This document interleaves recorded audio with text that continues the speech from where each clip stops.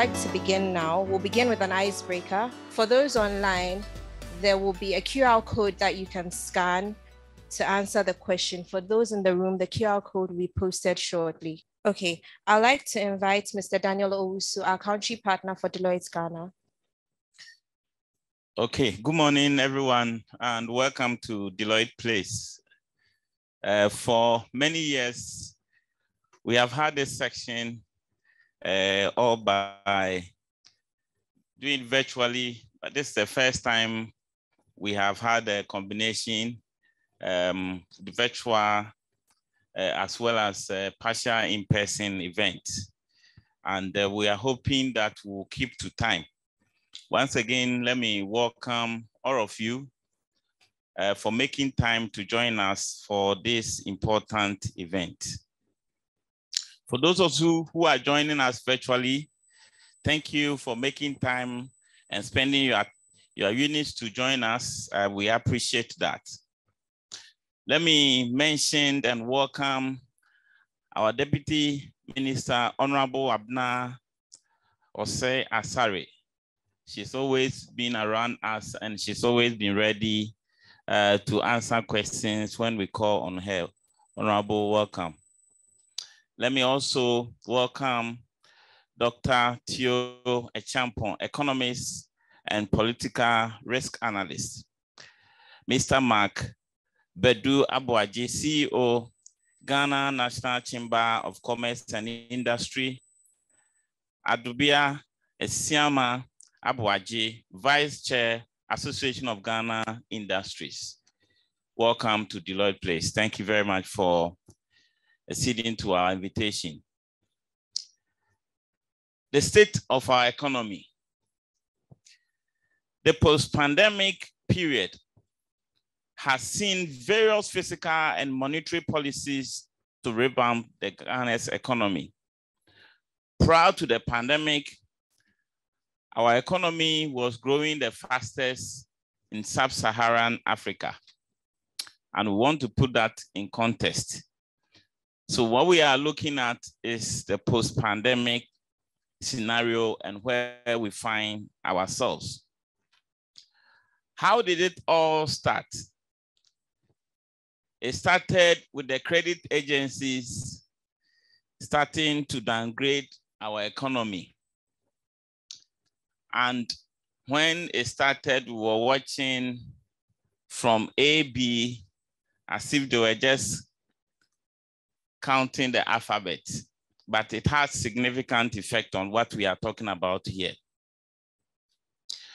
Some of the discussions around our economy were on debt sustainability. And according to the report, the level of our debts as a country was not sustainable. According to the finance minister in the report just about 2 days ago, we spent about 70% of our tax revenue on debt servicing alone. So that means non-payment of any principal, just paying for the interest, 70% of our tax revenue. And according to the finance minister again, our debt levels is over 100% of our gross domestic product, over 100%. The target is to bring it down to about 50%. And that is about 2028. So what have we seen? With the post-pandemic, we have seen high levels of inflation. We have also seen increasing levels of cost of capital. Businesses are struggling to borrow. We have all seen the significant depreciation of our currency at the levels that we've not seen before. So something obviously needed to be done. So when the 2023 budget was going to be read, a lot of us, including everybody, had so much expectation on the budget. And that's the reason why we are here today talking about it. Why do we as a firm spend time in organizing this dialogue? First, to try to break the budget down to what the ordinary person will understand, to move it away from the jargons and to break it down. How does the budget affect you and I on a daily basis? We also want to deep dive into the budget, engage stakeholders, and you'll see what we are trying to do, deliberate on policy choices, and promote economic discussions in the government budget statement. So as a firm, we want to provide insight, influence, and impact the businesses and the community in which we operate. Therefore, we have created a platform for stakeholders of the economy to engage on the 2023 budget. This is in line with our purpose of making an impact that matters. The theme for this year's event is striving for economic stability and growth through strategic investment and domestication. But I'm sure many of you want to understand in detail, and if you have followed what the Minister of Finance talked about, domestic debt exchange program, haircut on bonds and T-bills. I'm sure you've heard about it. What will happen to individual investment holders?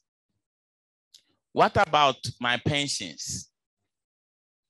What will happen to my bank who holds these bonds? But the budget was not only about debt. There were a lot more that the budget seeks to achieve. How do we change our dependency on import as a country? We have therefore gathered here to discuss the policy proposals from the government and to share ideas on how we as a nation can strive for economic stability.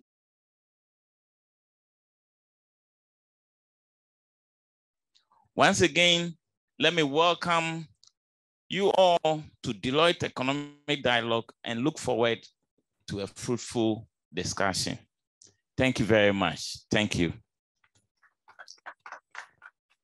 Before I take my seat, we want to zoom and we want to be able to keep to time. We'll first have to hear from our Deputy Minister. Before she comes, we want a video introduction of her. Honorable Abena Osei Asari, Deputy Minister of Finance, Ghana. Honorable Abena Osei Asari is the second-term Deputy Minister at the Ministry of Finance, in charge of revenue, where she supports the ministry to formulate and implement revenue policies to help maximize revenue. In her first term from 2017 to 2020, she was in charge of budget, where she also supported in the smooth preparation and implementation of the national budget, as well as labor-related issues. Honorable Abena is currently a fellow of the Association of Chartered Certified Accountants, FCCA, a member of the Institute of Chartered Accountants, Ghana, ICA, and the Financial Markets Association, ACI. She is also an alumni of the University of Ghana Business School, where she holds an MSc Development Finance and a BA Honours in Economics and Geography from the University of Ghana. She is a proud old girl of Wesley Girls High School. As a ministry, we appreciate the use of such avenues because it gives us the opportunity to discuss and also take feedback from you on the programs and policies of government. So thank you for having me. I'm told we are here to discuss why and how our nation must strive for economic stability and growth through strategic investments and domestication. The present economic situation proves that this focus is appropriate and timely. This theme is against the backdrop that as individuals, households, and nation, we are contending with considerable economic uncertainty. And clearly the two most significant forces that is driving our overall performance of the economy is our inflation level and the exchange rates. Because if you have exchange rates alone, adding on 93 billion Ghana cedis to your debts, then clearly you know that we need to tackle the issue with our exchange rates. Our recent global circumstances are within this context of constraints. We have a problem with our financing because we don't have access to international capital markets. We have a problem with high food prices. We have a problem with high farming inputs like fertilizer and other things that our farmers need. And according to a recent BBC report, saying that the high cost of living had driven people to protest in streets against fuel prices in over 90 countries just at the end of October this year. Market conditions have shifted rapidly, anchored on fiscal and monetary contractions. Economic stability risk across emerging markets are increasing. The United Nations in the 2021 debt report has already cautioned that without swift and collective international action, 54 countries with severe debt challenges may be tipped over, risking the lives of more than 50% of the world's poorest. The World Bank, the African Development Bank, and the IMF has had to downgrade global growth prospects for 2023 4 times this year. So clearly it tells us that 2023 globally doesn't look good, but it is up to us to use this opportunity to make the best out of it. On the domestic front, we also see major external shocks having heightened pre-existing vulnerabilities and undermining public finances. Inflation remains very high at 40.4%. This was at the end of October. And the last time we saw this high rate of inflation was in March 2001, where inflation peaked at 41.9%. And for the first time in many years, the cedi also has depreciated about 54% from year to date. Prior to the pandemic, we saw the cedi depreciating between 2017 to 2019 by less than 10%. But clearly it tells you that if you have your cedi depreciating by 54% from January to date, then clearly we are not in normal times. In the course of the year, we saw some growth of about 3.4% in Q1 and 4.8% in Q2, but we are still confronted with very severe economic challenges. Tightening financing conditions have exacerbated fiscal and debt weaknesses. Considering our present circumstances, we have no room for missteps. So in this difficult place, the question has been how we get out of here and permanently put to rest recurrent economic upheavals.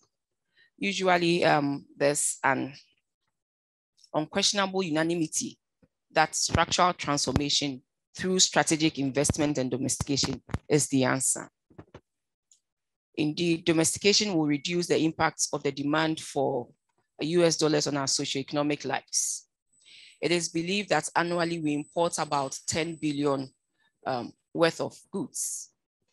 And if we should agree to domestication and support government with this, we can cut our imports by about 45%.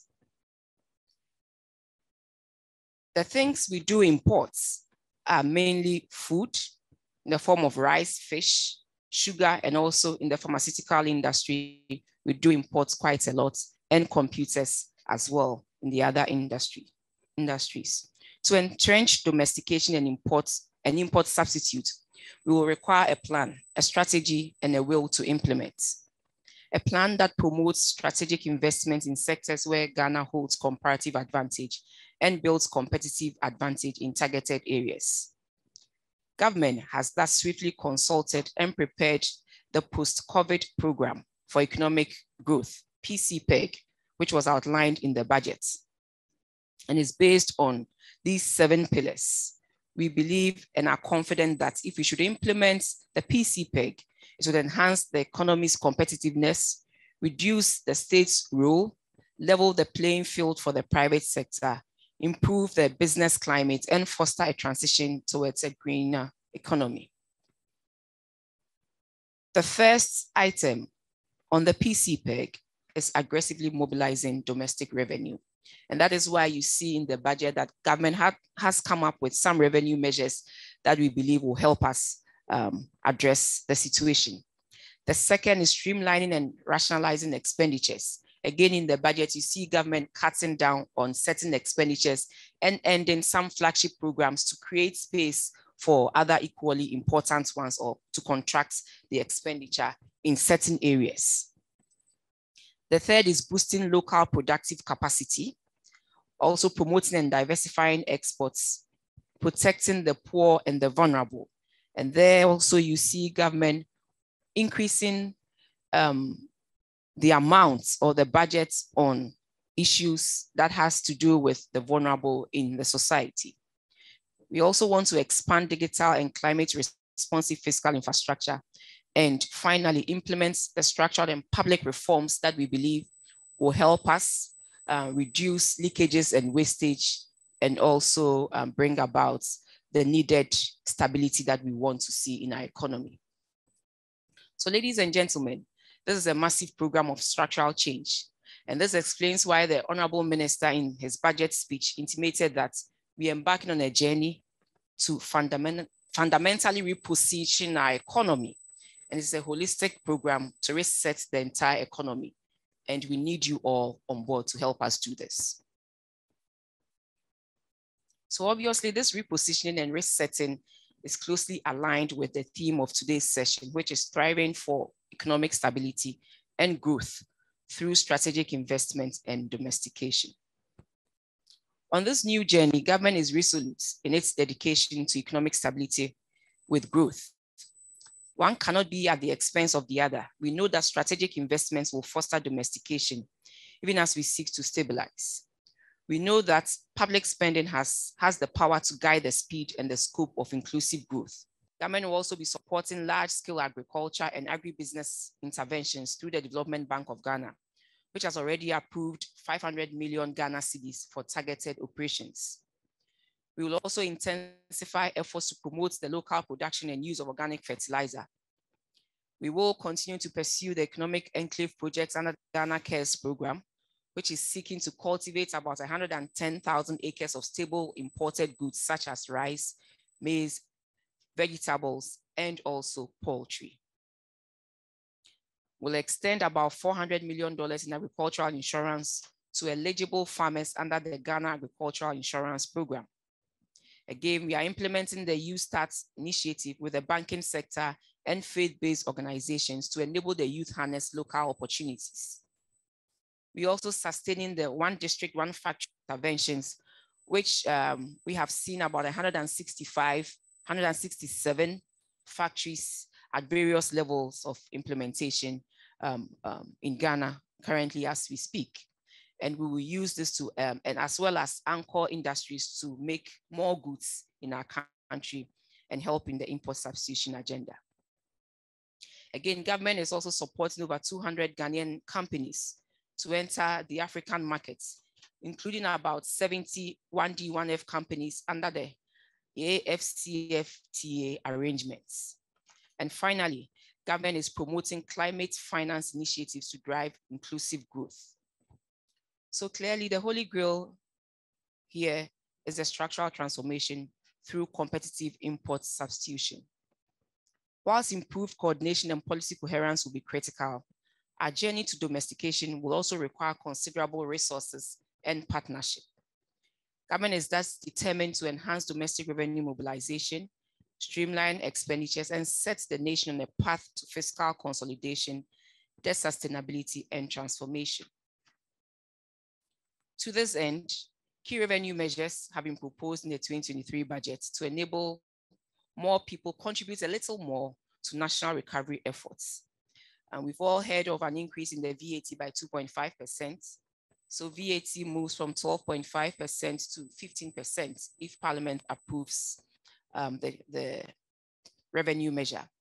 Again, we are reviewing the e-levy act to reflect a reduction in the headline rate from 1.5% to 1% of the transaction value, and also taking away some of the exemptions.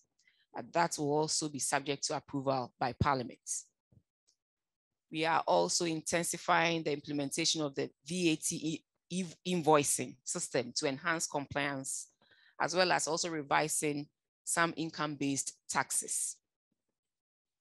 Again, we are completely removing the discounts on the benchmark values. And finally, government has, this is something that I believe has been on the drawing board for a long time, and people were really looking forward to it. And that is the implementation of the unified property rates collection, where government has worked with the local governments, the various metropolitans, municipals and district assemblies, as well as Ministry of Finance through GRA to collect property taxes. And this time government is leaving 70% of the revenues collected at the local center, so that development at the local center can also go on, whilst government through partnership with the various stakeholders also take the 30%. So a portion of that will come to the consolidated fund, whilst the chunk of it, the huge chunk of it, that's a 70%, goes to the assemblies to enable them also carry out developments at the district, municipal and metropolitan level. Government has also made specific proposals to allow corporate entities like Deloitte to fairly share in the burden of national recovery. Prominent amongst them is the conversion of the National Fiscal Stabilization Levy into a growth and sustainability levy to cover all entities. We have, and this growth and sustainability levy is grouped into 3 categories. The first category are the already existing NFSL group that are paying the 5%. And with this, we are adding about 6 more sectors to the first category, that's category A. The next category is category B, and this includes the new entities that are coming on board, and they are expected to pay 2.5% on profits before tax of corporate entities towards the national progress. And the final category is category C, and they are the extractive industries, and they are expected to pay up to 1% of their production in a year. So we believe that in the spirit of burden sharing, these entities will help government raise the needed revenue for the development that we need. And just Sunday and Monday, we've had a lot of talks on the debt restructuring government signaled in the 2023 budget. The 2023 budget, I must say, is a peculiar budget. It's a peculiar budget because one, it was prepared in a different context. One of such context is the global and domestic challenges that we have, the crisis in which we find ourselves. Another is the fact that we are in an IMF negotiation. And then the third context is the fact that our debt levels have become unsustainable, and there is a need to come up with some debt operations to bring our debt levels to a sustainable level. So we see now the 2023 budget that the government will come up with some debt operations to help government bring its debts to a sustainable level. And this time, government is not just looking at central government debts. If it's just central government debts, the debt to GDP ratio is around 76.6%. But government is looking at its total debts, including some SOEs as well, and some SPVs that government set up to help government address certain issues that it was confronted with. And so the Ghana Domestic Debt Exchange has been informed by debt sustainability analysis. And like I mentioned, we have included SOEs like Cocoa Board. We've included special purpose vehicles like ESLA and Dache. ESLA was set up to address a particular need in the energy sector. And Dache as well was set up to address a particular need in the educational sector. When we embarked on free SHS and we needed to improve on infrastructure development at the school level to enable more people have access to secondary school education. And so these two have all been added to it. And this is what brings it to 105% of debt to GDP ratio. Otherwise, if we should exclude the SOEs and these two special purpose vehicles, our debt to GDP ratio is 75.9 or around 76% as at September 2022. So under the domestic debt operations program, domestic bondholders are being requested to voluntarily exchange the existing instruments for new ones. There are 4 new ones that government is seeking to exchange the current domestic debt with. One that matures in 2027, the other matures in 2029, the third matures in 2032, and then the last one matures in 2037. And with this program, government is seeking that as part of the debt exchange in 2023, government will have a 0 interest payment on such bonds. And in 2024, there will be a 5% interest payment. And from 2025, there will be a 10% interest payment until the end of, or the maturity of the bond. And if the bond also matures, it will be paid in 2 installments every year. So for 2027, to be done in 2 equal installments with your interest as well. And then 2029, the same will happen with the interest being 10%. And for 2032, the same payout with the interest being 10%, as well as 2037. And we are hoping that the elements of this domestic exchange program, which was specifically designed to free up some resources, will help government reduce its expenditure on interest payments by a huge sum. Currently, in the 2023 budget, we have interest payments alone amounting to 52.5 billion, and amortization, that's payments of the principal, also amounting to 22.3, about 23 billion. So clearly, when the minister says that 70% of our tax revenue, the tax revenue is 114 billion for 2023. Even though we are hoping to raise revenue and grants to the tune of 144 billion, the tax revenue component is 114 billion. And so if you add your 52 to your 23, clearly it is 70% of your tax revenue. And so government is asking that in this burden sharing, and we will support government to embark on this operation to free up some space and also to help us move to the next stage of the IMF negotiations. As part of the IMF negotiations, we also need to bring our debt levels down. And we factored in a considerable amount of the measures that we had agreed with the IMF in the 2023 budget. So the next line of action that we need to take to close the IMF negotiations in a way that we can get to a staff level agreement is for us to embark on the debt operations.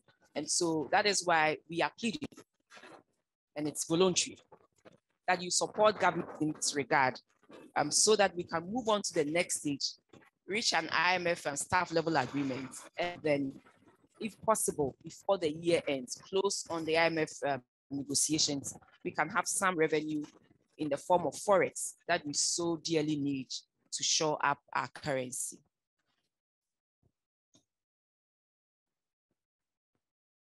So given the exigencies of the moment, a failure to embark on such a comprehensive economic agenda backed by investments that will promote domestication and aggressive revenue mobilization will shatter our socioeconomic prospects.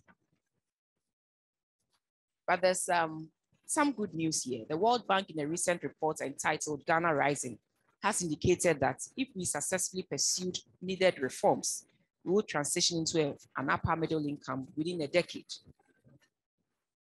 So we believe that the PC PEG and the 2023 budget is recharting this course to harness such prospects. We are also making concerted efforts to accelerate growth by attracting significant new investments in areas such as agriculture, local manufacturing, tourism, logistics, and digital transformation. So the story in the near future will not be just about debts and reforms, but we believe that it will also be the Black Star rising again. To ensure an inclusive rise for everyone, we have not forgotten our humanity towards the vulnerable and socially excluded, who are disproportionately affected by this crisis. That is why we are increasing the rates and coverage of key social protection programs.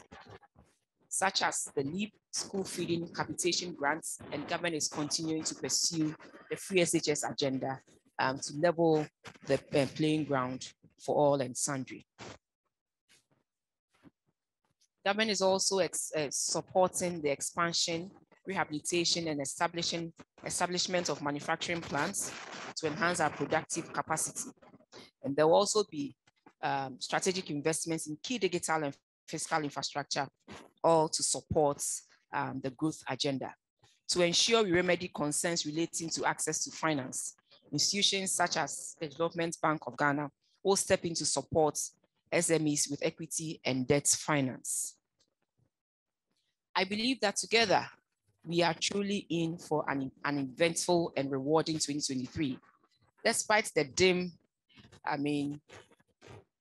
expressions and concerns that we see globally.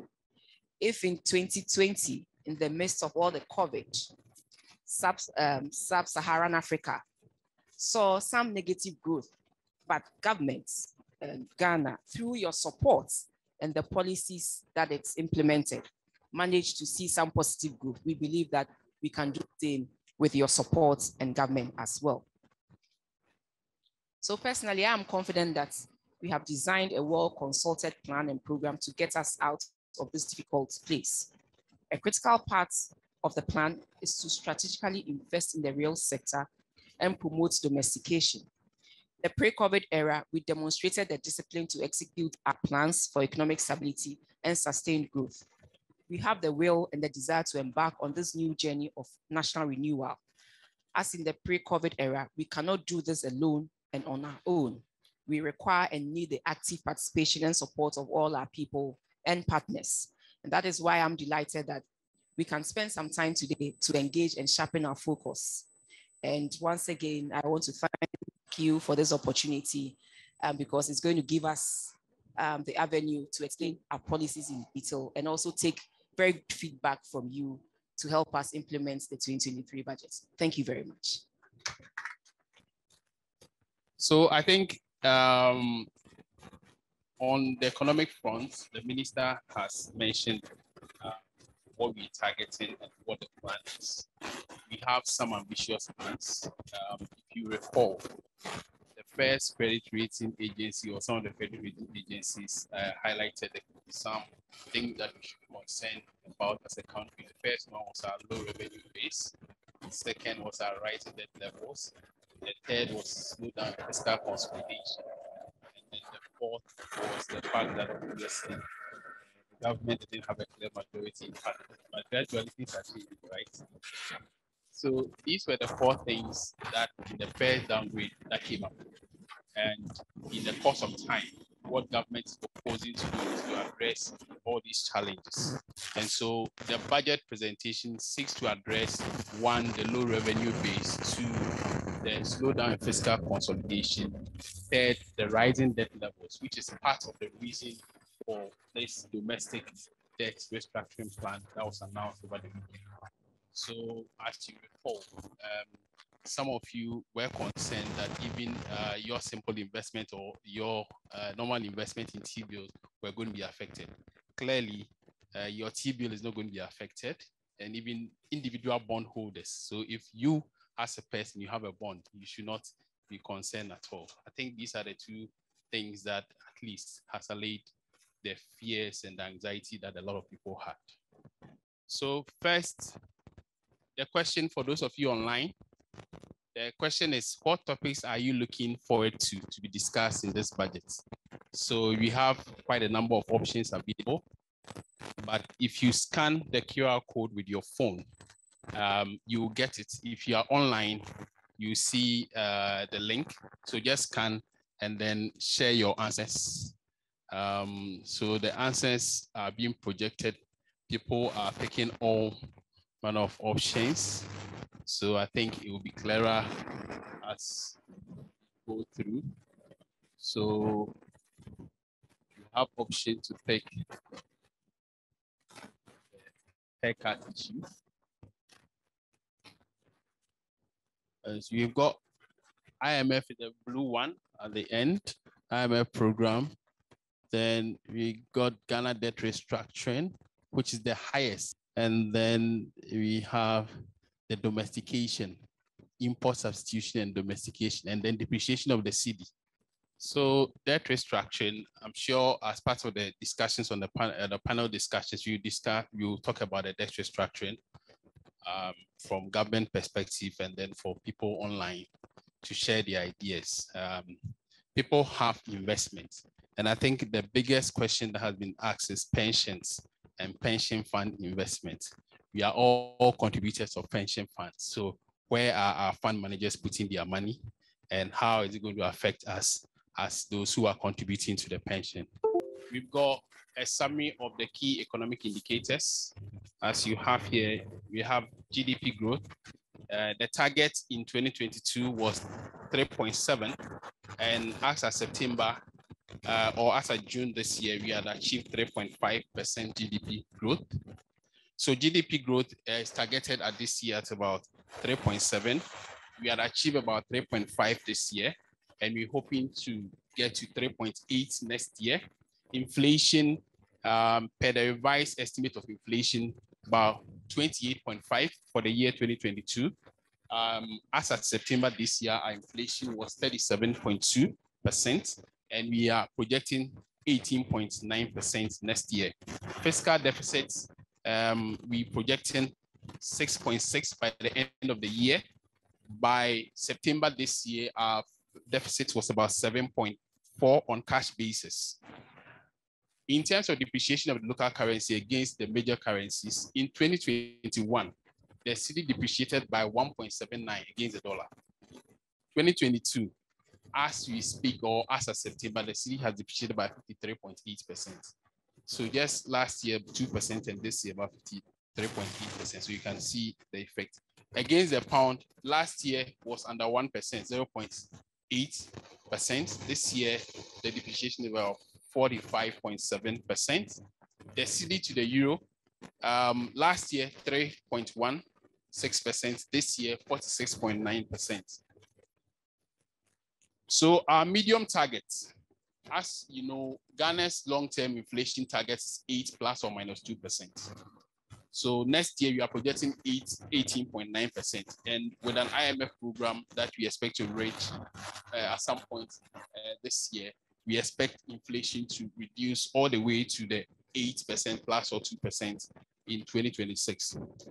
Same with GDP growth. We are expecting some significant growth, not too significant, but at least some remarkable growth from about 2.8% in 2023 all the way to 5.6% in 2026. Remember when we were under IMF program, our growth rates from 2019 or 2017 to 2019 was on average 7%. So going under IMF program, we expect some positive outcomes. In terms of the sectorial contribution to GDP, you will realize that historically, about 10 years ago, agriculture was the largest contributor. When you have an economy that is growing like ours, where there's a lot of activity in commerce, finance, financial services sector, and so on and so forth, the services sector has overtaken agriculture industry. And we expect that trend to continue going forward in the next 3 to 4 years. Hopefully, we in this industry will take advantage of all the opportunities in the services sector. But obviously, some strategic programs, some of which has been highlighted by the minister in the agri and industry sector, will also be pursued so that industry sector and agri sector, these are the largest creators of employment that are not necessarily skill-based. So agri sector and industry sector should be supported enough to create the revenue that's required. In terms of revenue and expenditure, as of September, we had achieved about 93%, 97% of our revenue target for the year. I think this is quite commendable. Why? Because there were some challenges with implementation of some of the revenue policies. So government has worked around the clock to achieve about 97% of the revenue target for the first 9 months of the year. Hopefully, we should be able to reach or even exceed our revenue target for the year. In terms of allocation of revenue or resource mobilization, we are expecting significant revenue to come from taxes. So tax revenue is like the significant component of our revenue resource, and I think the minister rightly mentioned. So that will be followed by others such as non-tax revenue, and then we also have some allocation from social contribution.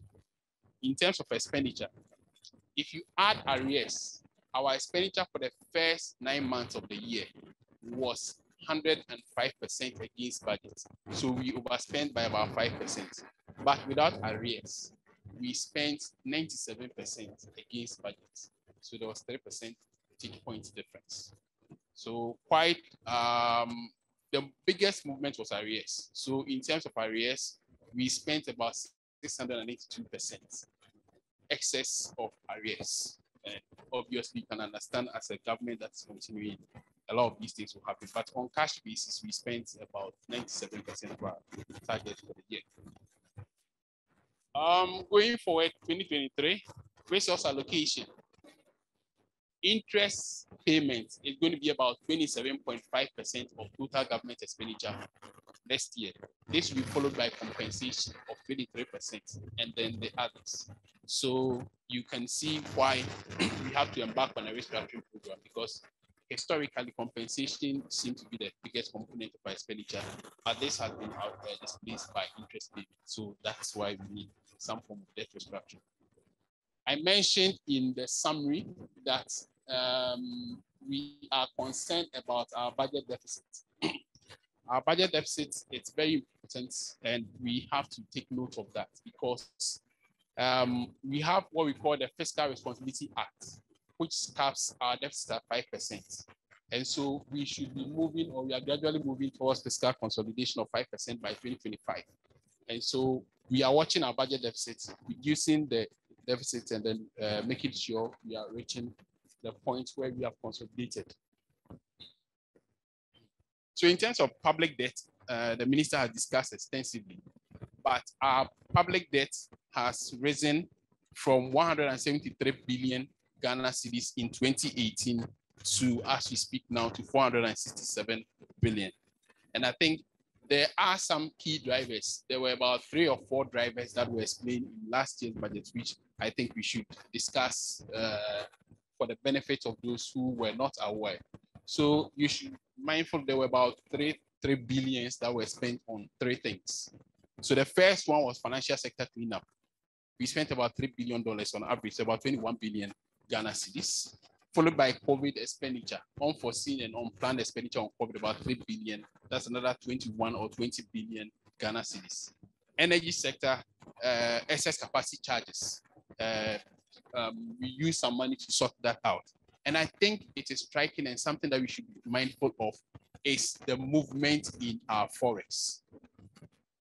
We did not have any significant borrowing externally, but the forex alone caused our debt to rise by 93 billion Ghana cedis. Just the depreciation of the local currency, the external component of our debt to rise by 93 billion Ghana cedis. And that's the last chart that you see here.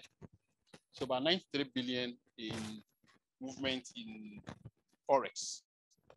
Now, in terms of domestic debt restructuring, there are a number of measures that have been outlined by governments, but I think we should just discuss some of them.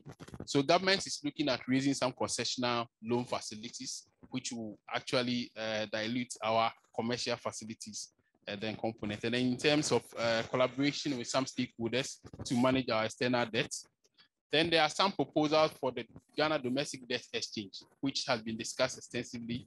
The summary is this: Treasury bills are completely exempted. The second is that there will be no haircut on principal on bonds. So no haircut on principal on bonds.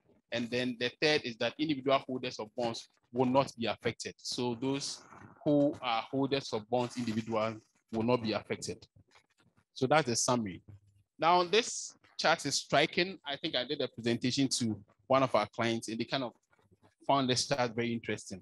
We have what we call the gainers and then the losers, or the winners of various developments. So when COVID struck, there were some businesses that gained, and there were some businesses that lost.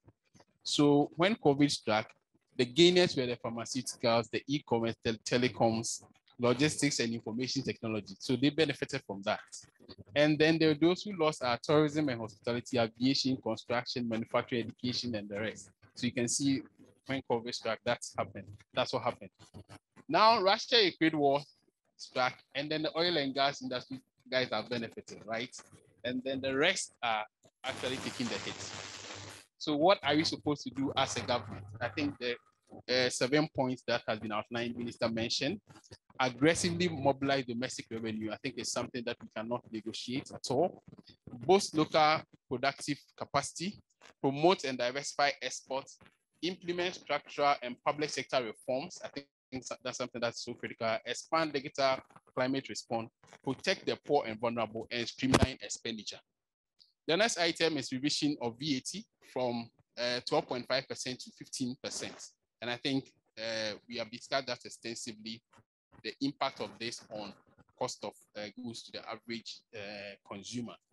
Reduction of e-levy, I think there's something that I would say government has listened to the civil society and some of us as consultants or business leaders. People were concerned that the rate was a bit higher or a bit too high, so we should reduce it. But we suggest to government that if they could listen more and then go below the 1%, and then the removal of the minimum threshold can be reconsidered. It will be helpful.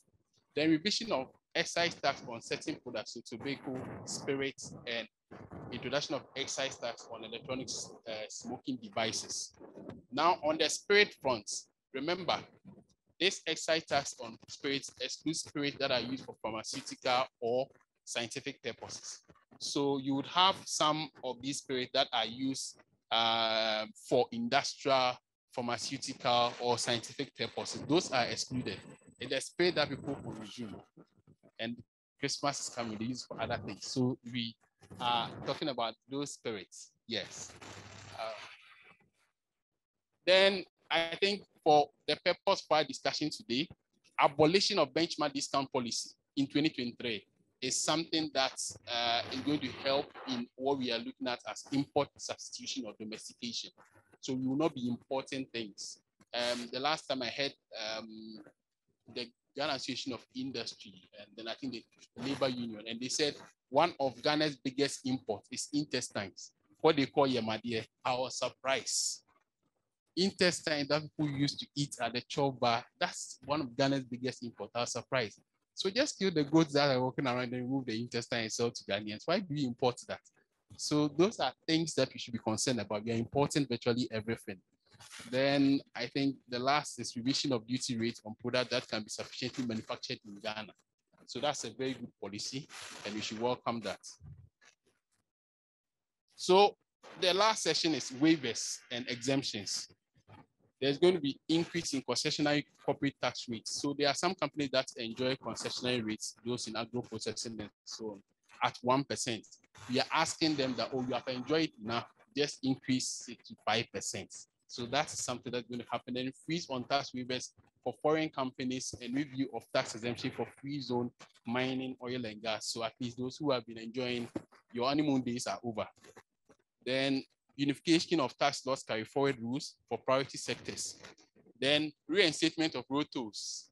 So prepare to pay your tolls as you go on the road. I think you should pay for the road that you're using.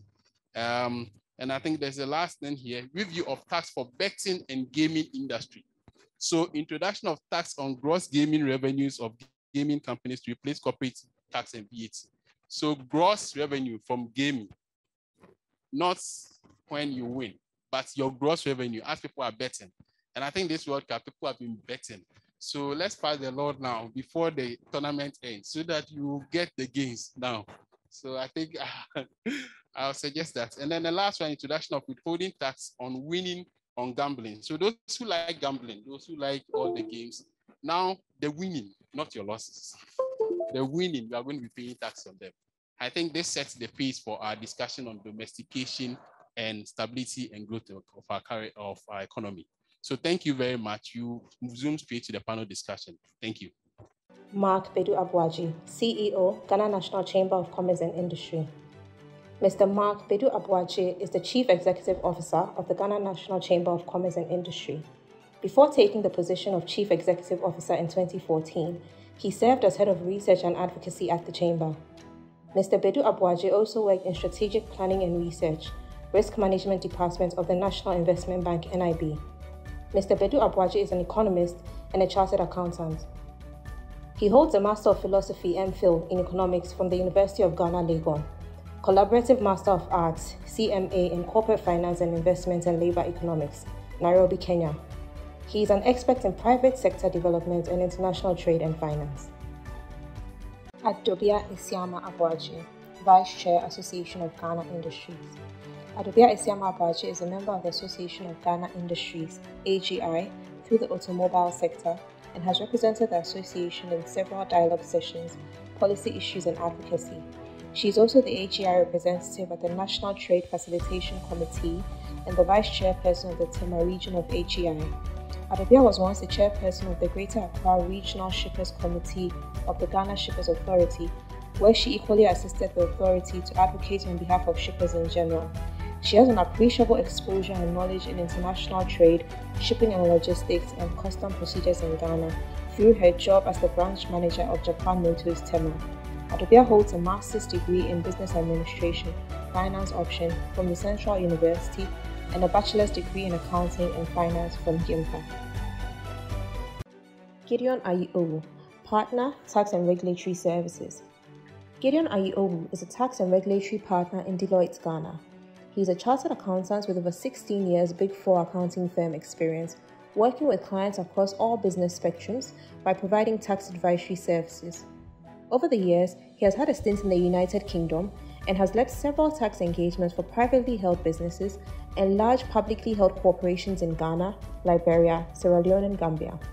Gideon has sound knowledge of Ghana's complex tax landscape and is responsible for accelerating the development of Deloitte's tax services to our clients in the energy, resource, and industrial ER&I industry. His particular focus lies on tax management consulting, transfer pricing, and business tax. Gideon is a fellow of the Association of Chartered Certified Accountants, ACCA, a member of the Chartered Institute of Taxation Ghana, and holds an LLB from the University of London. He also earned a bachelor's degree in accounting from the University of Ghana Business School. Okay, great. So as the survey suggested, it's the haircut. Whether it is punk or sakura. So, Minister, to put you on the spot, I think, let me put it in a very simple term. So, what is this domestic debt exchange about, and what are the implications for those who are saving towards their pensions? You have pension fund managers, and some of them have invested in this. Should I be concerned? I know individuals are excluded, but I put money in pension. So technically, where they are putting my money, I should be concerned. So, Madam Minister. Yes, but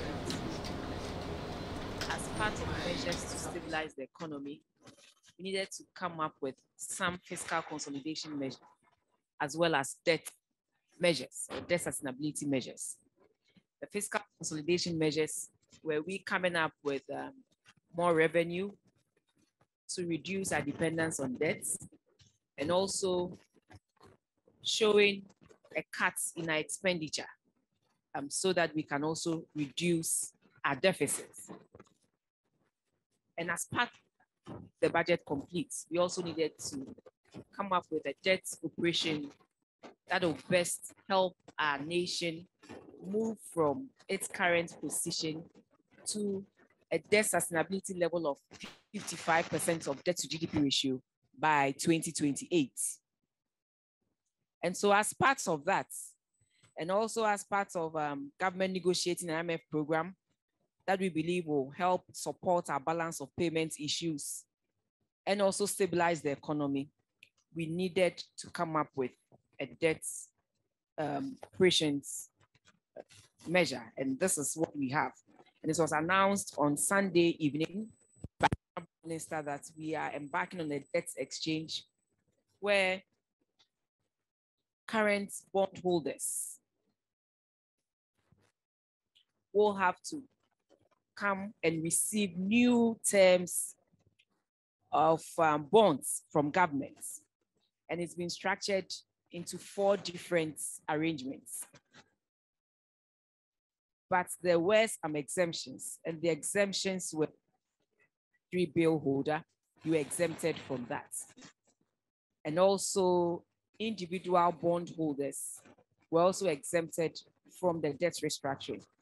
And thirdly, irrespective of whether you are an institution, a corporate, or individual, your principal will not be touched in this debt exchange. So we established some exemptions.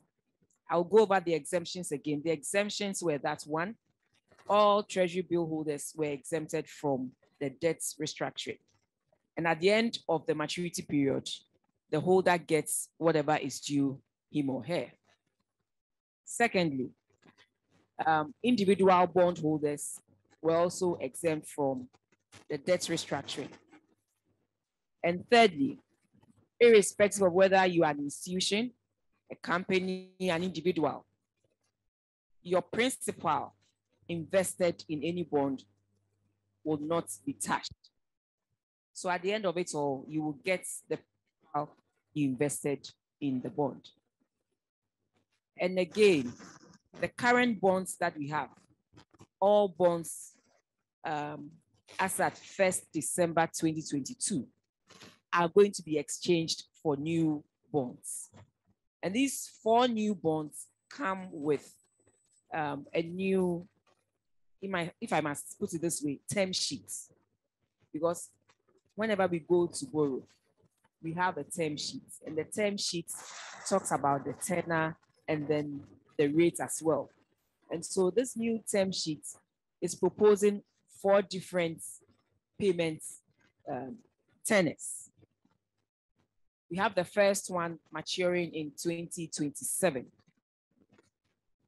and the second one maturing in 2029, the third one maturing in 2032, and then the final one maturing in 2037.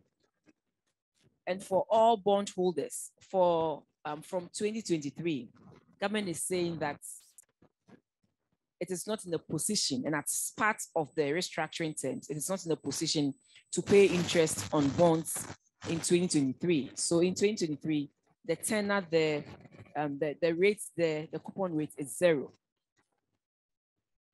And in 2024, government says we will pay 5%.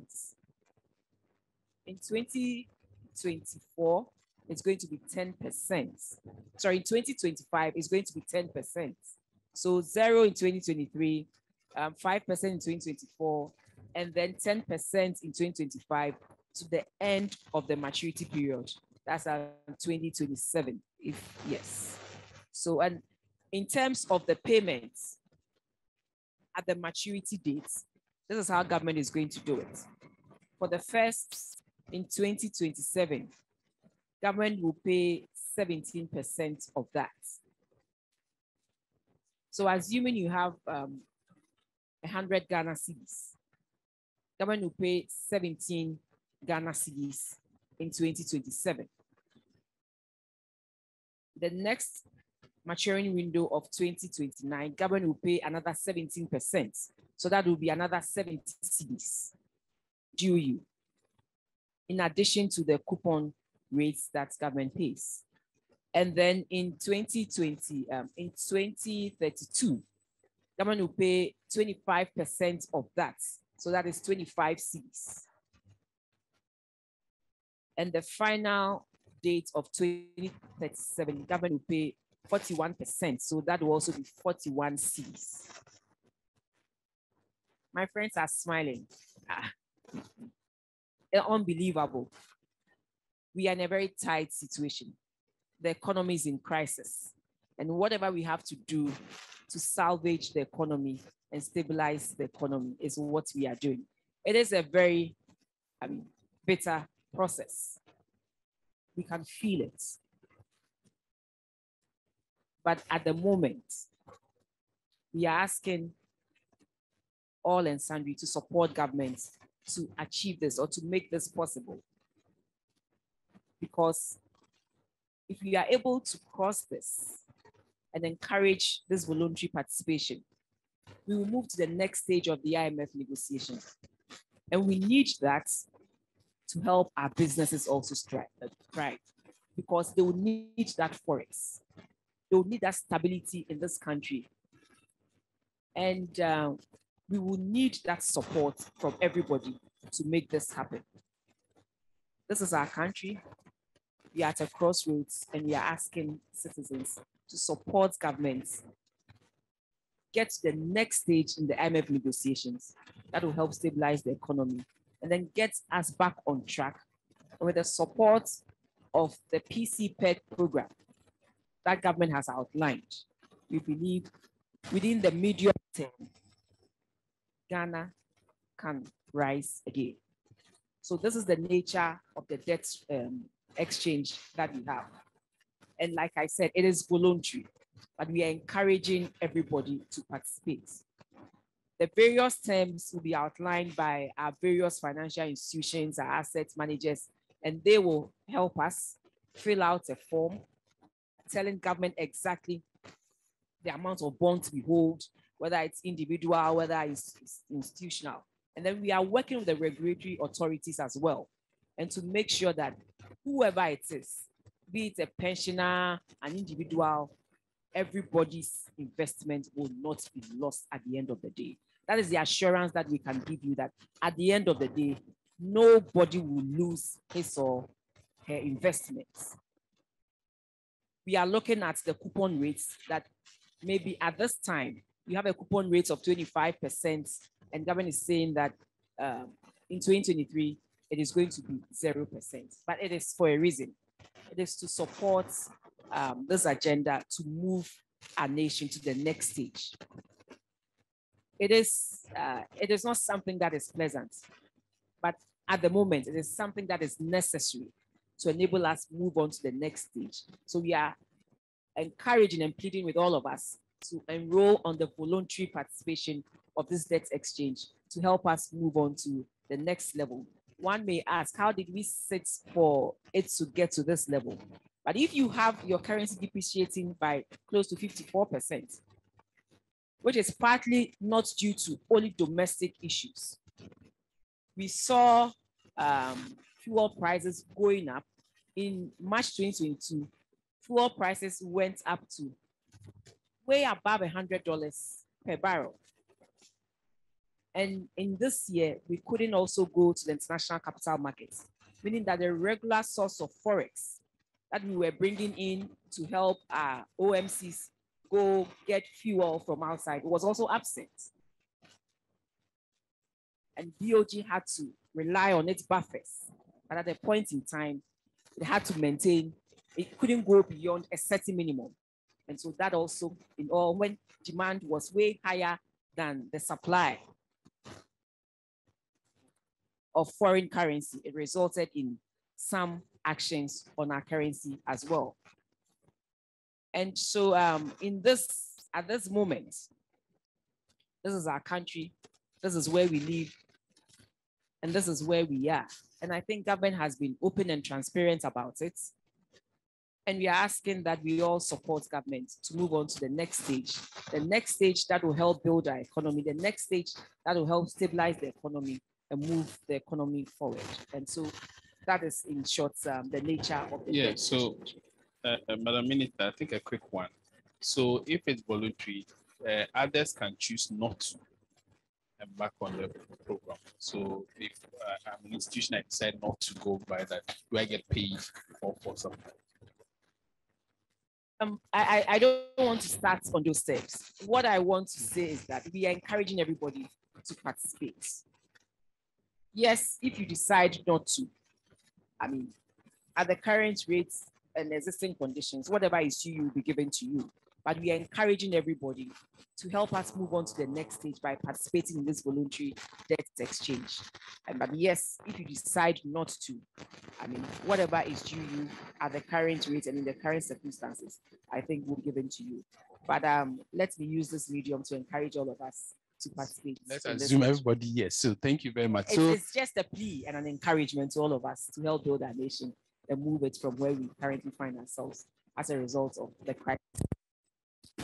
Thank you, Madam Minister. Dr. Tio Champon, if you're on the line, I think you've written quite extensively on our debt and also expressed some views on our domestic debt exchange.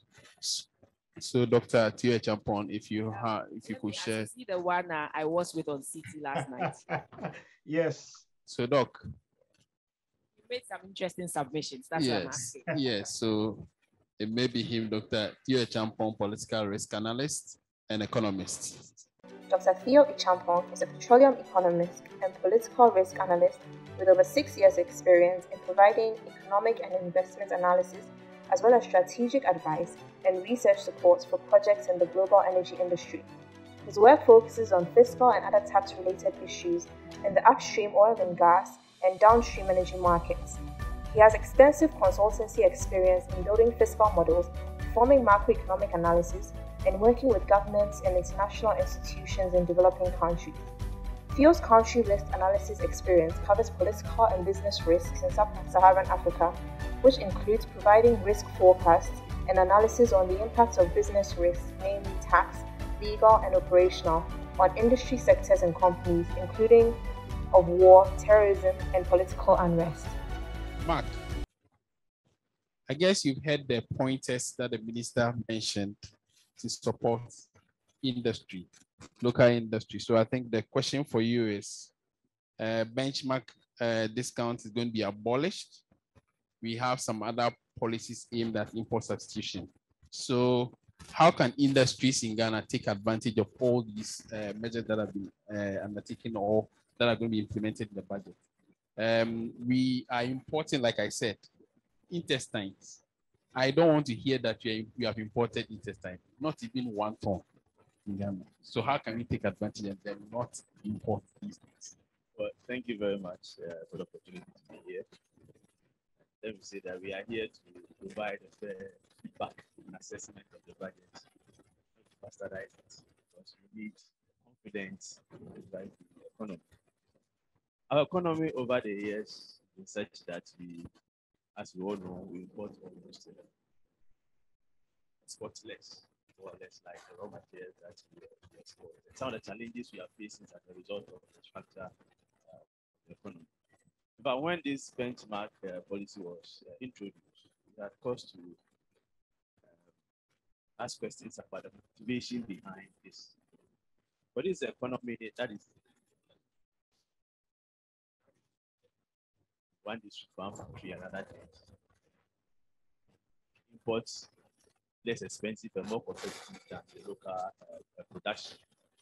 So the moment you introduce these discounts, what you are saying that you are going to import more. But you have members that are importing and they are making more money than that. Because the cost of production itself is very high. If you put all this together, interest rates, the cost of production itself is very high. So whoever is producing it's not produced at a competitive rate. So you are making somebody who is importing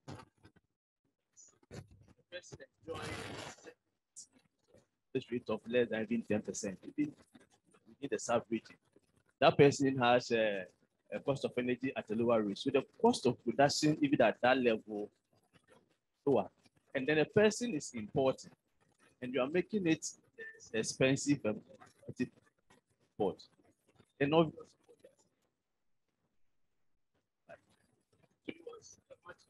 and a lot of businesses actually went through difficult moments, actually have to close down some of their lines. Somebody importing that. So mark value was a big challenge, looking at the structure and how to work to change it. So for me, it's a good news that we've gotten to this level where we have formalized that you want to change the structure and you have to produce more at a very competitive rate. I would have preferred that the reversal should be on the bet should be on finished goods, and then try to have a discount for importation of raw materials, because most of the things we produce here, but for agro processing, industries, we import almost all the raw materials. So if you are giving a discount and you are reducing the duties on this raw material, that means that you are making the businesses competitive. So let's look at it and look at how we can also provide a discount for the importation of this raw material so that businesses can produce at a lower rate.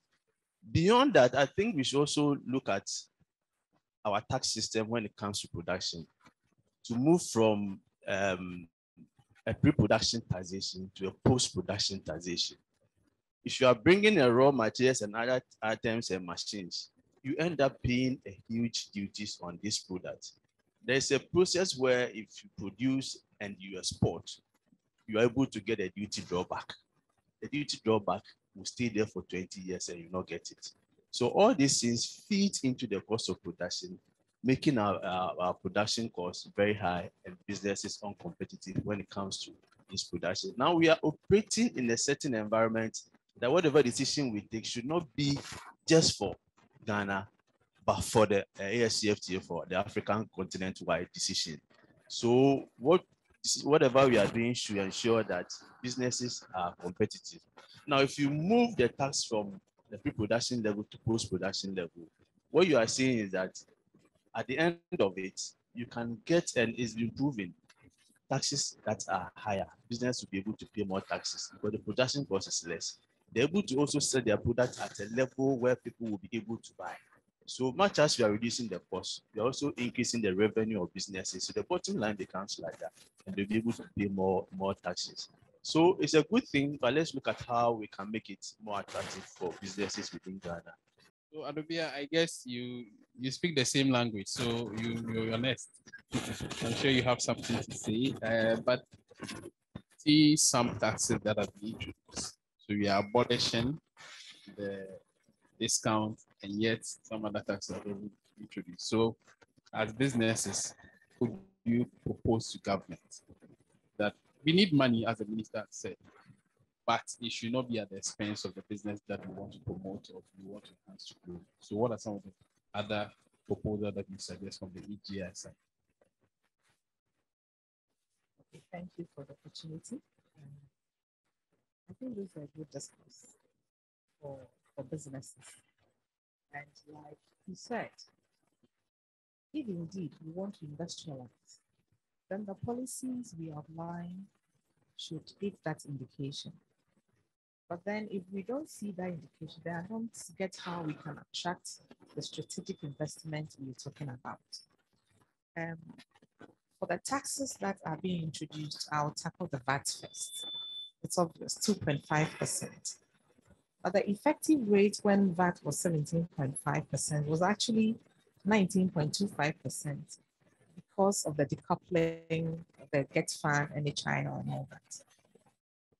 And then we're adding 2.5%. Yes, we need to mobilize revenue. But I think normally we look at the easy way out. It's so much easy to just add 2.5%. In this day and age, if we want to support businesses, if we want to industrialize, straight ahead, this 2.5% moves the effective rate to 21%. And like he has mentioned earlier, it increases the cost of doing business, which is already high. Here's a situation where we have lost the CD depreciation by 53%, almost 54%. Inflation is hitting the roof at 40%. And so the disposable income is not there for people to buy. And once there is an increase in tax, finished products becomes a little bit more expensive. The final consumer, who is the payer of this tax, will not be in a position to buy. So that's an indication that production is going to drop. If production is dropping, then we should consider the fact that labor will not be required because it's already happening. Industries, companies are shrinking. So if labor is not required, then I have to lay off. And so what is going to happen to the products that we are taxing? Year in, year out, when we sit to discuss budget, we look at low-hanging fruits that we can plant. So property tax is there, property rates that we can tax is available. I'm happy the minister made reference that whatever is collected, 70% will be left at the municipal or district assemblies and 30% to consolidated fund. But if we can really go out there, explore and tax properties, look at the properties sitting in Ghana and the rates that are charged, sometimes you wonder whether indeed the objective is to collect tax or just fulfill an administrative procedure. Because what I see is that it is only businesses that are targeted for properties. But when it comes to residential, nothing much is done. And those who are even compliant and want to pay are the ones who chase the municipal assemblies to get these payments. So increasing VAT doesn't look good for us. I think is the easy way out if we say, well, let's all help to solve the problem. Whatever happened that brought us here, I don't think it's something we need to revisit. It has already happened. But in trying to resolve it, we should consider the fact that the theme of the budget has domestication. And if we are talking about domestication, we are talking about industrialization. We should grow what we eat and eat what we grow. And so we should make industries competitive for them to survive. Thank you. So I think I'll finish the panel discussion, then I'll give you, Minister, I'm sure you have some response. So I'll allow our tax partner to also come in. So just flowing on from where Adobia finished, what are the implications of the increase in the VAT from 12.5 to 15%, 250 basis points? As a business advisor, what are the implications of this on businesses? So from there, you will come to the removal of the National Stabilization Levy, and then now you have growth and sustainability levy. You comment on that, but just finish off on the tax. Yeah, thank you very much. I think that's my two predecessors. They talked about it right now. We all expect it. We see it daily when we are buying and shopping. It has effects at the, so it's at the point of imports, and then it's also at the point where production is done or whenever sales is done. But the problem with our VAT is that we have this decoupling that is 6%. The GET fund 2.5, NHI 2.5, and then the COVID levy 1.5. Because it's been decoupled, it sort of behaves like a sales tax as compared to the output input where you can do your deduction. But because the 6% is decoupled, it continues to add, but you cannot claim it the other ones. So it becomes cost on cost of cost. So Ghana our tax system is a bit of a hybrid. It's VAT and a sales tax all operating somewhere. Yeah, so how does the sales tax system operate? Like, try and help us understand. So sales tax means that whereas VAT, you have output and input where you can set off. So you pay and then you claim, you set it off against what you have to pay. Sales tax doesn't give you the option to do the setup. So you just charge and then you cannot claim. And that's how the levies operate. And that's what makes it a little bit onerous for businesses and tax. And I know AGI and the industry about it. So if they sort of are looking for revenue, but it's at the time that we have to look around what are the opportunities after brings the Africa Continental Free Trade Agreement. It's giving us the opportunity to sell out otherwise, but we've also opened a market. So if the VAT that the other countries are charging is lower, we do not give our local industry much competitiveness to be able to operate against the entity. So we have to look at how and whether we'll give release or exempt to operate. Yeah, so that takes me to the next question for you. I think last year when we had a forum, one of the complaints from the Association of Bankers was the National Stabilization Levy, that effectively banks were paying 35% corporate tax because of some of these levies. This time, we have introduced the Growth and Sustainability Levy. Can you please explain what this levy means to businesses and then its potential effects? A bit of a brief. So for the Fiscal Stabilization Levy, what it actually did was, I think it came around 2009, and where we had fiscal consolidation. So it was supposed to around for a very short period, 2009, I think 2011. And then it reappeared again in 2013, and it was supposed to have run for 18 months only. But somehow we are in 2022. We are still 18 months, yes. Unfortunately, it looks like the conditions which led us to that levy is still there. And so what it's actually doing is that it's taxing your profit before taxes, or accounting profit estimates, before you even come to look at your tax or what the tax law calls your chargeable income. You pay tax at that level. So if even based on your tax computation, you don't pay any taxes at all, what it actually means that before you even start your tax computation, you can open your financial statement and tell that, hey, you are supposed to pay 5%. But it was for selected industries. What the new law or the new GSL has done is that it has opened it widely. And as the minister rightly said, even companies like Deloitte, service companies, everybody is now going to pay. Really? Yes.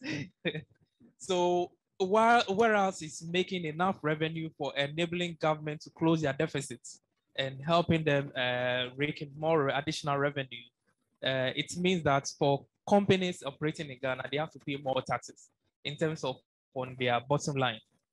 However, in this expansion, we have to look at the extractive sector. And here I'm interested to know how it's going to apply to them, because a lot of them have fiscal stability clauses. So you look at the upstream oil and gas, you look at the mining companies, they're operating within certain frameworks, which have guaranteed them certain tax conditions. So with this coming in, I wonder how the extractive sectors are going to take it, whether it goes against their stability clauses or not. And if so, whether it helps to meet the targets of the government in terms of their revenues that they projected for this, whether the extractive sector has been included in it, and whether that would actually happen as they have planned. So this, I'll look for more information when the actual bill comes out. I don't know whether it will be ready this year or next year, but we are looking for more information to inform our clients. I understand that with the National Fiscal Stabilization Levy that has gone into the group, and yes, it's a charge on companies. Previously, we didn't have all entities in under this levy, but with our pursuit of more revenue to enable us not just to close the revenue gap, but also to continue the development that we see around. Nice roads. I mean, we need the power, energy on for businesses to also thrive. We need schools for our kids. We need hospitals and all these things, and they all require some revenue. And the fact that in 2023 and maybe in the medium term, we don't have access to the capital markets, we will have to look within ourselves and make sure we raise the needed revenue to enable us also move on and stabilize the economy. And so it is part of the measures that government has proposed, and we are hoping that it will receive the needed approval from Parliament. We are not in normal times, and because we are not in normal times, come up with things that we believe, though they might be a bit difficult, but we believe we should bite the bullets now so that in the medium term, we can have some recoveries. Yes, I explained earlier that previously we had the National Fiscal Stabilization Levy that had to do with the banks and some industries, and they were paying 5% on their profit before tax. And now we are saying that we are including 6 other sectors to the already existing NFSL group, and they are paying the 2.5%, sorry, the 5%. And the new category of people who are coming on board, except the extractive industry, are also doing 2.5%. And the last is the extractive industry, where they are doing up to 1% of their on their production. So that is not on profit before tax, but on production, up to 1%. And this is subject to negotiations with the various players in the extractive industry. Thank you very much. So I think at this point, you bring Dr. Theo Champon. So first, Doc, on the domestic bond exchange program, And then the follow-on question for you is our rising debt levels. What is the solution beyond the domestic debt exchange program? What other measures can government implement to address our rising debt level? Yeah, so maybe let's start with the last question. What do we do beyond the debt program? And I think the answer is pretty obvious for many of us in the room, that we need to live within our means. I mean, someone might say that a country is not a family or a company, but in as much as personally, we all strive to live within our means by not necessarily over exposing ourselves in terms of borrowing. What has been the case, particularly for Ghana, since we left the major HIPIC initiative in 2007, has been us trying to more or less live within our means. So you look at the public debt numbers and the borrowing numbers, and it's very clear that we have not been raising enough revenue, but the bigger reforms that we need to undertake, the structural reforms we need to undertake, have most at times been stagnant. And as a result of the heavy commitment that we often make in party manifestos, then means that when a government comes into power, there's a big pressure or push on them to fulfill the manifesto promises. Never even forget the fact that many of these promises often are not costed. So the parties get into power with big promises to fulfill, and there's very little money to actually do that. So then it means then having to resort to these external markets to more or less finance the various programs and plans of the government. And that has really been at the bane of many of the issues that we're talking about here. Number two also is the fact that when you even look at the quality of spending within the governance or the government setup, particularly in many of our public institutions, we have a big issue there in terms of value for money and ensuring that every dollar that we get is actually spent in the right way or means possible. So that then means that there's a lot of leaking and there's a lot of leakage within the system. And if you have that leakage and you're not getting the commensurate productivity effects of that on your economy, then you only have to end up going to borrow more and more to be able to sustain your economic plans going forward. Those are the big issues that I think as a people we need to get to the table to discuss. And it requires not an NPP or NDC solution. It requires a more broad partisan, a more stakeholder discussion, really, as a country, for us to think of what do we do fundamentally to get out of this mess. And that's where I kind of fought, a bit sometimes in terms of the way they approach a number of these issues, with the consultations not being as expansive as one would have wished. On the debt exchange program, quickly, I think the minister spoke a lot about it. In fact, yesterday night I was on another platform with her where we discussed it. There are good sides and there are bad sides.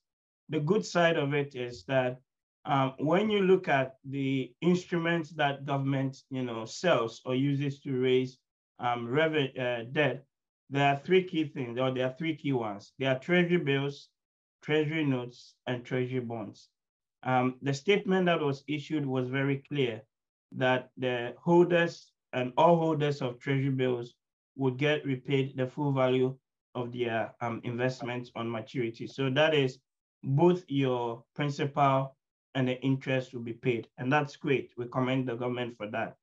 But when you come to the treasury notes and the treasury bonds, that's where it gets a little bit tricky, in the sense that although individual holders of these bonds would not be affected, and although the government also says that there will be no haircut on the principal, it doesn't really talk about the interest component of it. Because if you work out the worth of that investment or the total value of your investment, which should be both the principal plus the interest.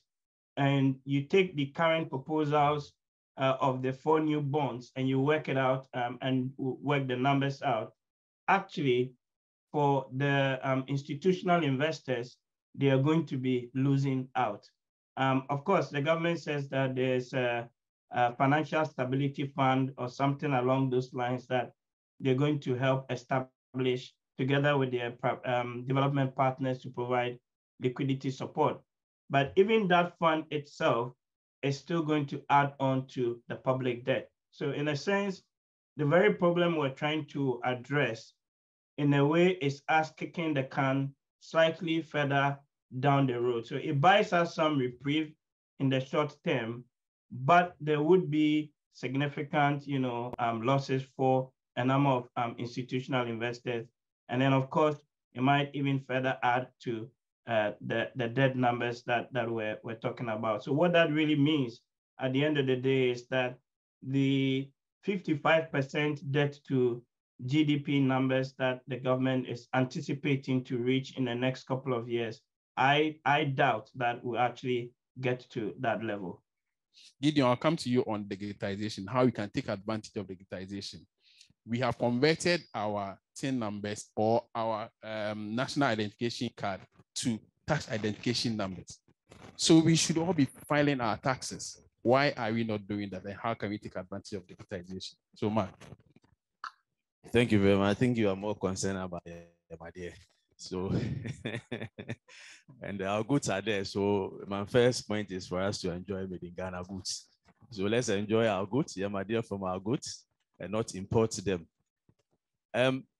Before I tackle the issue, I see a bit of contradiction in the 7-point agenda within the budget, because clearly stated that the aggressively going to mobilize revenue domestically, aggressively.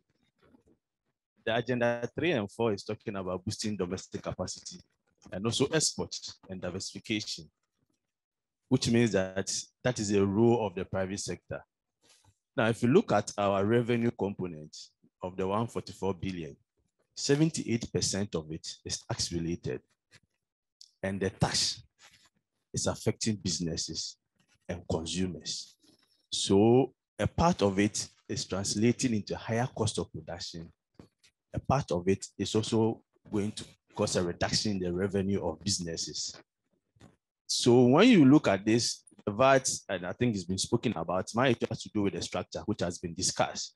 So I don't see that bit of boosting the productive capacity from this aggressive tax mobilization. Because if you increase the VAT by 2.5, eventually what you are saying is that businesses are going to be affected. And the 6% translates into direct costs that you cannot claim. So the cost will go up and to make businesses uncompetitive. So I see a bit of how difficult it is, because we know the challenges, but in trying to resolve the challenges, don't burden the private sector, because the only way out of this is not with the government, it's with the private sector. Because government is saying that even next year is not going to employ anybody. It means the private sector is supposed to expand and absorb the unemployed people. So if you are crippling the private sector, that part, there's also a challenge there. So the first policy for me is for us to look at the cost of production, because everything sums up to the cost of production. If you look at what is happening, interest rates about 40%, depreciation, cost of energy. Cost of energy alone constitutes about 30% of cost of production for every firm or manufacturing. And the cost per unit in Ghana, per kilowatt hour, is about highest in the whole world. So if you want to industrialize, we cannot industrialize with high cost of energy. So we need to look at that aspect of it. In fact, the path for industrialization is clear. Countries have done that, and we don't have to reinvent the wheel. We can just follow that. I give a clear case of Korea and Japan. They were just like us when we had independence. What they did is to deliberately decided and committed that we are going to change the structure. And this is how we are going to do it. The first is to do a selective protection for some of the things that we have the potential to produce. So they knew that for this, for nothing at all, we'll be able to produce at a very competitive rate. Even though they have signed to the WTO, they have signed to all this, they had a way of working around it and ensuring that they protect that aspect, which we need to also have a look at it. The second is to promote aggressively our exports. So what is the export promotion agencies doing? So they provided support for institutions like the Chamber of Commerce, the AGI, and the rest. That what you are producing, don't look at only the local market, look at the foreign market. So we are supporting you to go there and sell the products. It's not just enough going and say that you are doing exhibition. You haven't done anything. You're only creating a market. You are not creating a demand. That is one thing that we have to look at. From what I said, almost every day there is a business community coming from other parts of the world coming to Ghana, and their focus is to export, for us to import. Recently, there was a delegation from Tunisia, and they came. When we were having a discussion, the first question they asked was, how many of your members can import from us? And I said, then you are not ready to do business with us. You need to pack your things and go, because our president had clearly stated that we are going to change the structure of economy, of which we are also seeking to export. So we are now asking that you come and collaborate with businesses in Ghana to set up the factory here and benefit from the after that we have created. So if you want us to export, then this time around, we are not going to do that. And it's okay, then when we go, we drive our people also to come and support. So let's look at that aspect and also ensure that we penetrate into that market and also get them to also export from us. The other aspect has to do with providing credit at a lower rate, direct credit to these institutions. I'm happy they've set up the DBG, very brilliant idea, because Chamber, we've worked with them. In fact, we've been to about 6 regions that we have helped them to also work out with that. So I think for the sake of time, we'll end it there, but there are a lot of opportunities for us to also work and expand and change the structure. Okay, so we can have Adobia make a comment and then Minister can give you a closing remarks. Or you can give your closing remarks now. Thank you. Still on the import substitution, I think it should be a deliberate attempt from government that we want to industrialize, and it should be a gradual thing. Unfortunately, we've had the situation where whatever we are trying to do is short term, and some of these things cannot be achieved in the short term. And it is in relation to our political cycle. Well, I came on board, this is what I implemented, this is what I achieved. So you are looking at the 4-year period that you have, and it's not giving us results. It's about time we put the partisan politics aside and look at the national interest and say, let's put in this medium to long-term goal and be able to achieve it.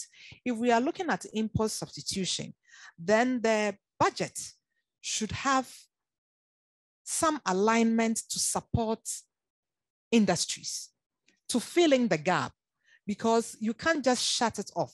Like, let me take rice. Let's hold Yamadia for a moment and let's take rice. Yes. The import of rice. Meanwhile, we have local rice. Yes. We need industries to process them and learn how to eat our rice. In any case, it's good. I eat local rice and I'm fine with that. So why can't we start doing it gradually so that we can promote our local rice industry? We take palm oil. Today, there is an importation of palm oil here in Ghana. What is happening to our palm plantation? What support is government giving these farmers to engage them in our palm plantations? Because I'm speaking for AGI, I'll take Wilma, for example. Wilma is producing much more vegetable oil than what we require. Wilma and Avnash together alone can do that. But we are still importing vegetable oil. So it's about time we protect the local industries. Okay. And because I'm in the automobile sector, I'll pick the Ghana Automobile Development Program. Toyota is assembling vehicles. Nissan is assembling vehicles. Kia has joined assembling vehicles. There are quite a number of them.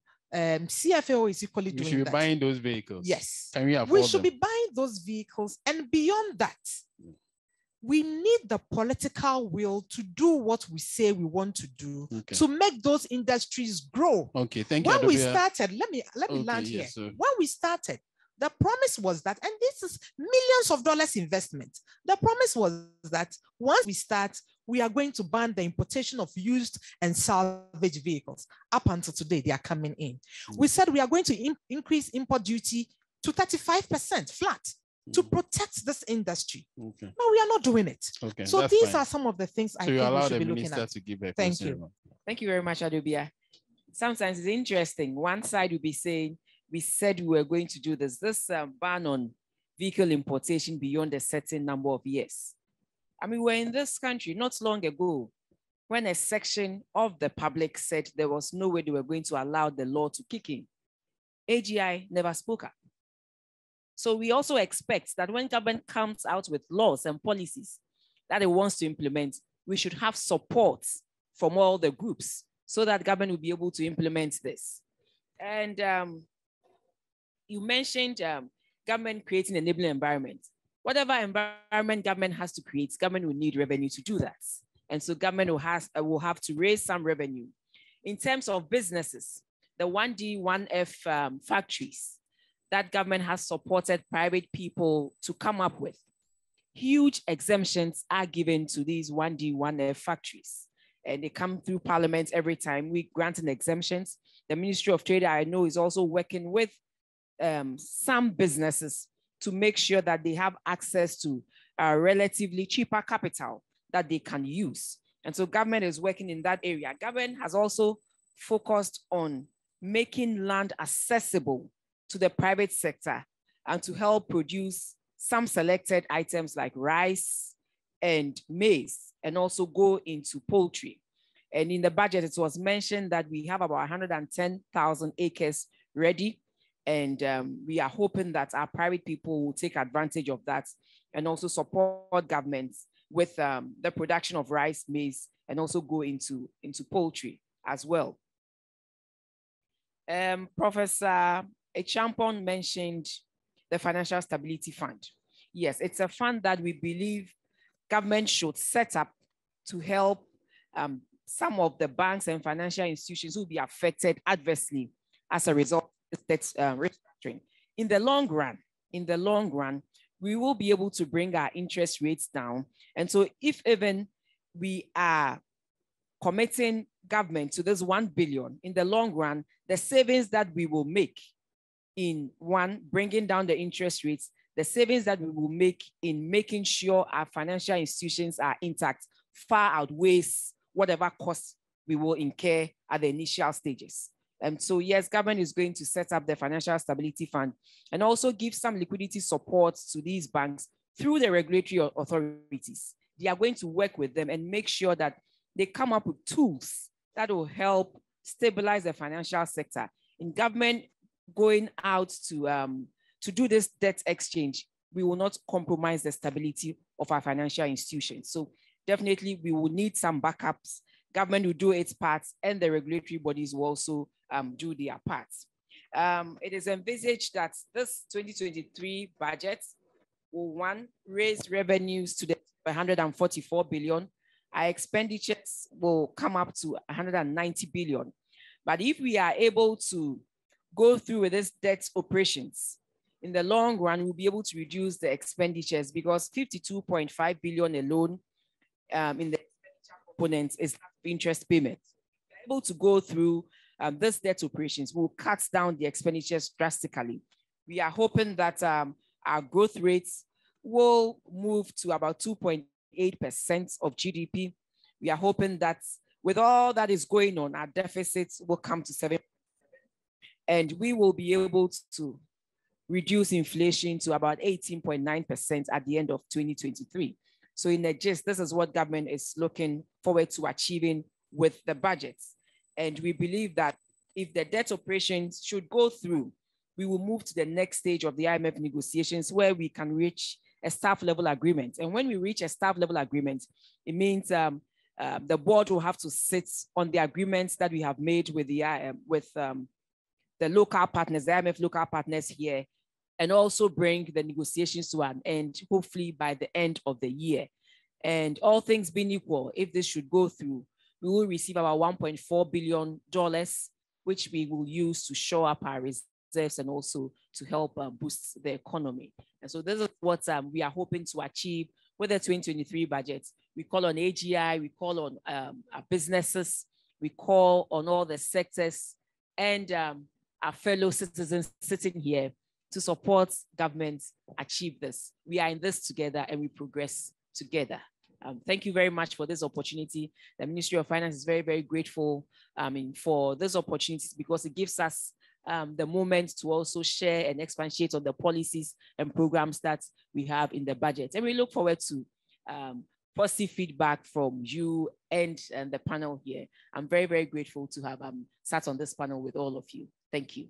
Thank you very much. So, Honorable. Yes, I need to run because, yes. like I said, so you take leave of us. You the budget go is through coming to an end today, Okay. and we don't know whether there will be a vote or not. But I need to be present in Parliament, Okay. and so I have to excuse myself. Thank you very much, Honorable Abner. So let's give it a round of applause.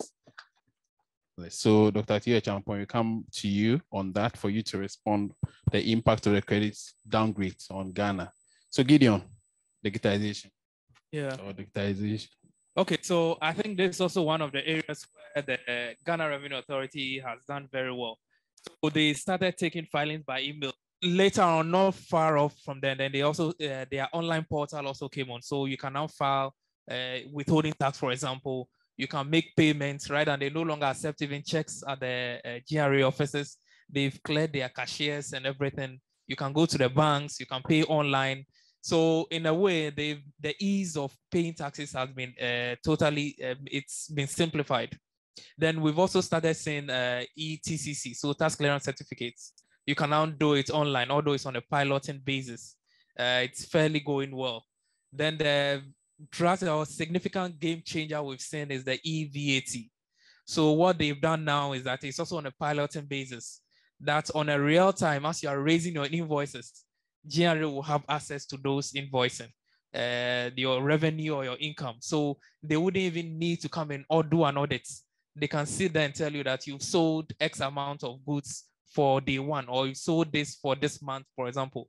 So they are doing all this things to reduce the revenue leakage and also made it easy for taxpayers. But what does it mean? Of course, you're all complaining here that the rates or GDP, tax to GDP ratio in Ghana is very low. And so the idea is that once the base is spread, it should reduce the tax burden on businesses and individuals, because the same group of persons, employees like you and me, the same businesses who end up paying the taxes. So our view or our hope is that the base will be spread wide enough. The same amount of tax levels could be raised without necessarily resulting to increasing the tax rates. And this is where we think that digitization should help make it easy, as well as increase the base rates for government to make their revenue. Okay, thank you very much.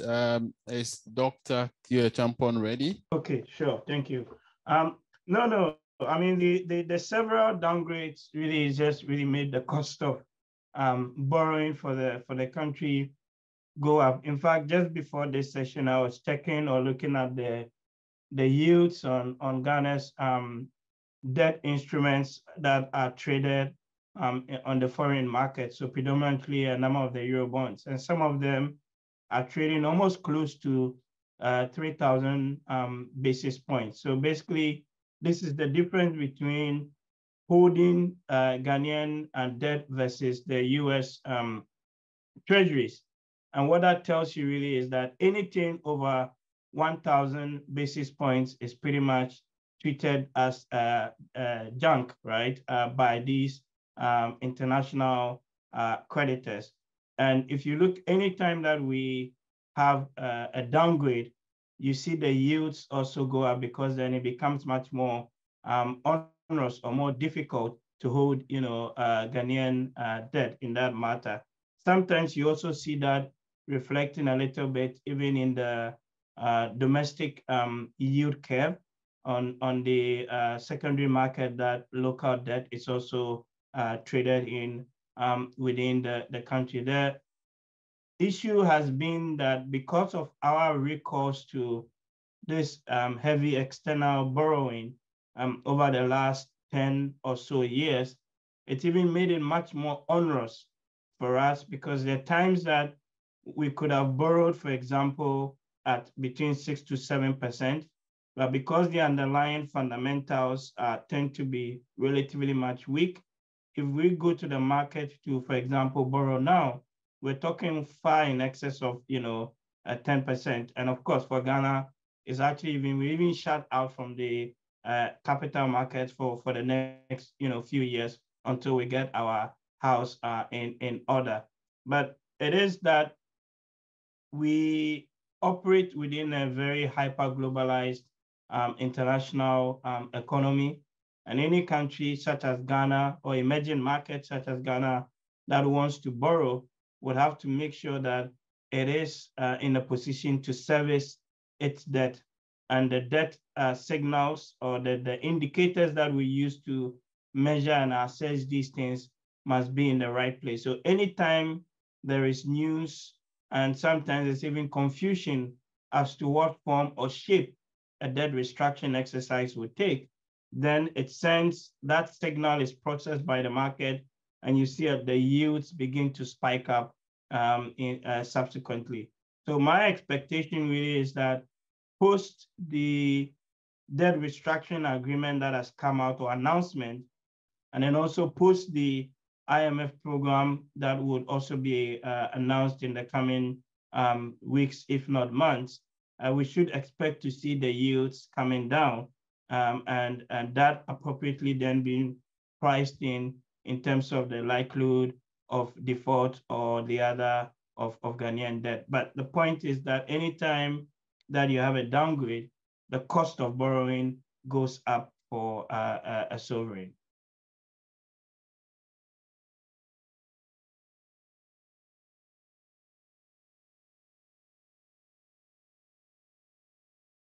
Your perspective, are we using the right approach? Someone mentioned that in Turkey, for instance, their inflation hits almost 80%. They are reducing their policy rates, whereas in our market, we are increasing the policy rates. So are we using the right, or adopting the right policies and measures to address our inflation rates in Ghana? It's now reported at 40.4% in October. Are we going to see higher inflation rates, or we will see a downward trend? I think for the next few months, you always tend to see the inflation numbers go up in the lead up to Christmas anyway. So there's a bit of a seasonal effect, as we call it, within the data. There are two issues there. One is how we measure inflation in Ghana, and the sort of baskets of goods and services that goes within that. That's within the remit of the statistical service. We must commend the statistical service. They have improved their methodology, and they have improved their analysis over the last few years, that you can actually, see commendable output with their approach. The issue subsequently really is that different people feel the inflation differently. So your consumption basket as a middle class citizen will be different from somebody who sits within the lower tier of the income structure in the country. So they may be feeling 80% or 90% inflation, whereas the aggregate or the average might be about 40 or so percent. And I think the recommendation there, as currently here in the UK, the ONS is doing, is they publish the official inflation, but then they also publish a set of other inflation indices or indicators for the different sort of income groups that then reflects their lived experience or reality. So that's one point. The second quick point also is how that inflation number of figure is used by the central bank in their inflation targeting framework. And this is where it becomes a catch-22 thing, because in the last few months, you see the central bank hiking up their policy rates more or less in an attempt to control inflation, and it hasn't worked. But at the same time, that then leads or makes even the cost of borrowing and subsequently the cost of doing business even much more onerous, because the inflation that we're seeing, particularly in Ghana at the moment, is less of the, more money or so in the system.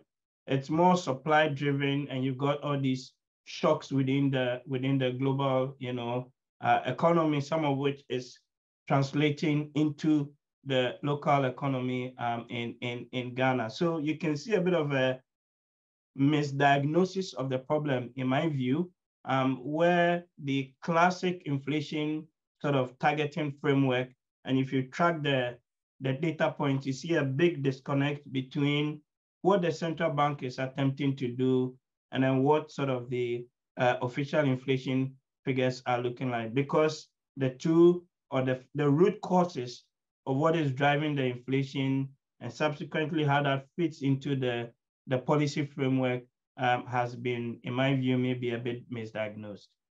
Oh, closing comments. Yeah, so I think we must commend the government for at least providing some details on the debt exchange program.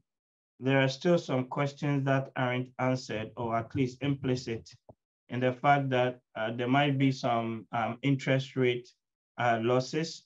But beyond that, ultimately, what we need to do as a people, as a country, is to live within our means. The issues of industrialization, the issues of value addition, you name it, all becomes paramount. But we must start getting our act together and doing what is in the collective or broader public interest of the citizens of this nation. Thank you. Well, for me, looking at the tax side, I think with this, we've seen several proposals in the budgets, mostly increments. I want to urge the government that before these are passed into law, there should be some debate or discussions around it with the various sectors who are going to be affected about the tax laws carry forward, the restriction, foreign exchange laws deduction, restrictions on those. I think there should be some exceptions, and then the discussions will bring this one up rather than pass it just like that. Yeah. Thank you very much. So I guess you end it here and then invite our country managing partner to give us the closing remarks. So you listen.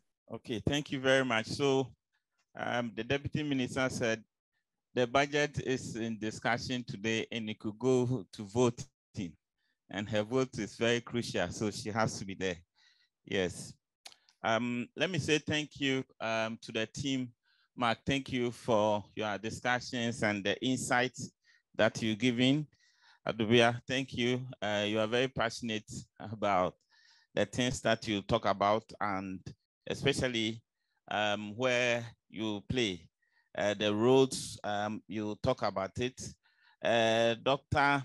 Tio Champon, I hope you can hear me. Thank you for your experience and your insight on the debts and the alternatives that are available to us. And Gideon, thank you for your perspective on the tax system. So as you can see, clearly we are in critical times, and we need everybody on board at this time. How do we get on board? We get on board by playing our part. That means that we have to do what we are expected to do. We have to file our taxes and we have to file our returns. And when we are talking about it, you don't have to point fingers at anyone. You have to check that at the end of the year, have you filed your tax returns? That is what is important. We all have to ensure that we do that. And one thing that came in, we are also at where we are because we have become over-dependent on imports. So everything we import, we are talking about it jokingly, but it's very serious. Everything, tomatoes, everything, toothpicks, everything. we need to begin to think about how do we move from this trend and eat what we grow, so that at least we can cut down on our reliance on efforts to import most of the things that we actually import. Let me once again thank all of you, those of you who are joining online. We didn't have the chance for you to ask a lot of questions, but what we are going to do is to collate all your questions and your comments and get them into our pack, and we'll share that with the ministry in addition to some of the recommendations that we have also put together. And once again, for you who join us physically and those online, let me say a big thank you for spending the time with us this afternoon. Hopefully, this is the beginning of us getting out of this situation that we find ourselves. We are in critical situation, but we hope that from today, from what you do, from what the next person sitting with you will do, and from the information and the communication that you carry on, that we need to increase the revenue base. We need to ensure that we cut the unnecessary expenditures. And we need to ensure that we are filing our tax returns and we are paying the right taxes. And let's preach that we eat what we grow. Thank you very much, everyone, and have a good afternoon. Thank you.